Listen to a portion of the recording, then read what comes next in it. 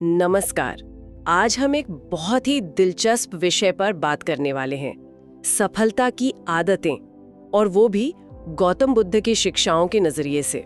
हाँ बिल्कुल, हमारे पास एक लेख है, सफलता की 5 बौद्धिक आदतें। इसमें एक कहानी है आरव नाम के युवक की। अच्छा, क्या कहानी है?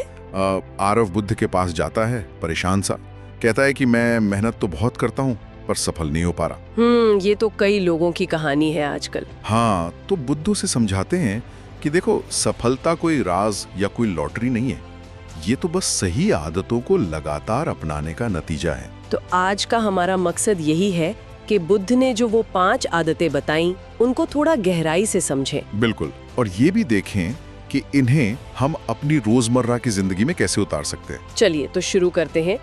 पहली आदत, बुद्ध कहते हैं कि रोज खुद को सुधारना है। अब ये सुनने में तो बड़ा आम सा लगता है ना? हाँ, लगता तो है, पर बुद्ध का जो नजरिया है वो थोड़ा गहरा है। वो कहते हैं जैसे रोज थोड़ा थोड़ा पानी डालने से बंजर जमीन भी हरी हो जाती है, अच्छा, वैसे ही रोज अपने आप में किया गया छोटा सा सुधार, चाहे वो कितना ही मामूली लगे, वो आगे चलकर बड़ा बदलाव लाता है। मतलब सिर्फ स्किल सीखना नहीं। नहीं, उससे कहीं ज्यादा।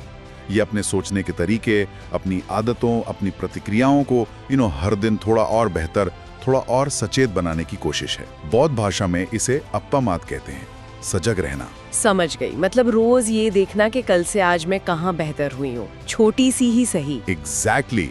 और यहीं से देखिए दूसरी आदत जुड़ जाती है, ध्यान और एकाग्रता। हाँ, फोकस। आजकल तो इसकी बहुत बात होती है। बिल्कुल, बुद्ध कहते हैं कि मन जो है ना, वो एक जंगली हाथी की तरह है, इधर उधर भागता रहता है। इसे साधना बहुत जरूरी है। सफल लोग क्या करते हैं, वो एक समय पर एक ही काम पर पूरा ध्यान लगाते हैं।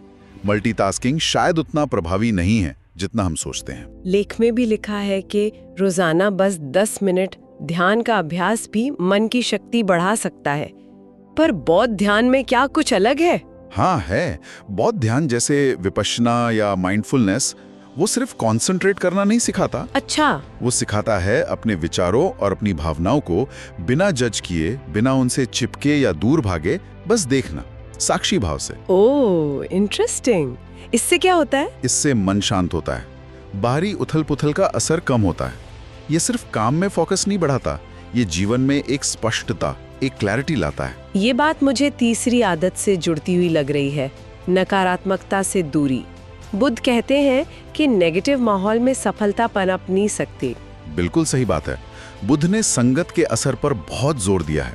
अगर आप ऐसे लोगों के बीच हैं जो हमेशा शिकायत करते हैं या माहौल ही नेगेटिव है, तो आपकी अपनी ऊर्जा भी कम हो जाती है। तो क्या करें, ऐसे लोगों से मिलना जुलना बंद कर दें?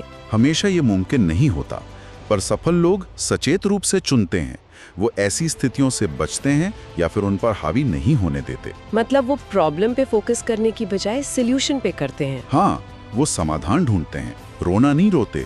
ये एक तरह से कुशल कर्म और विचार चुनने जैसा है, जैसा बौद्ध धर्म में कहते हैं, अच्छी चीजें चुनना। और सही चुनाव करने के लिए शायद लगातार सीखते रहना जरूरी है। ये चौथी आदत है। हाँ बिल्कुल, सीखना कभी बंद नहीं होना चाहिए। बुद्ध के अनुसार तो सीखना बंद तो जीवन एक तरह से रुक गया। पर सीखने का मतलब क्या सिर्फ पढ़ना लिखना है? नहीं, बिल्कुल नहीं। सफल लोग अपने हर अनुभव से सीखते हैं, हर इंसान से सीखते हैं, अपनी गलतियों से, असफलताओं से भी। उनमें एक जिज्ञासा होती है, जानने की इच्छा कि चीजें जैसी हैं वैसी क्यों हैं।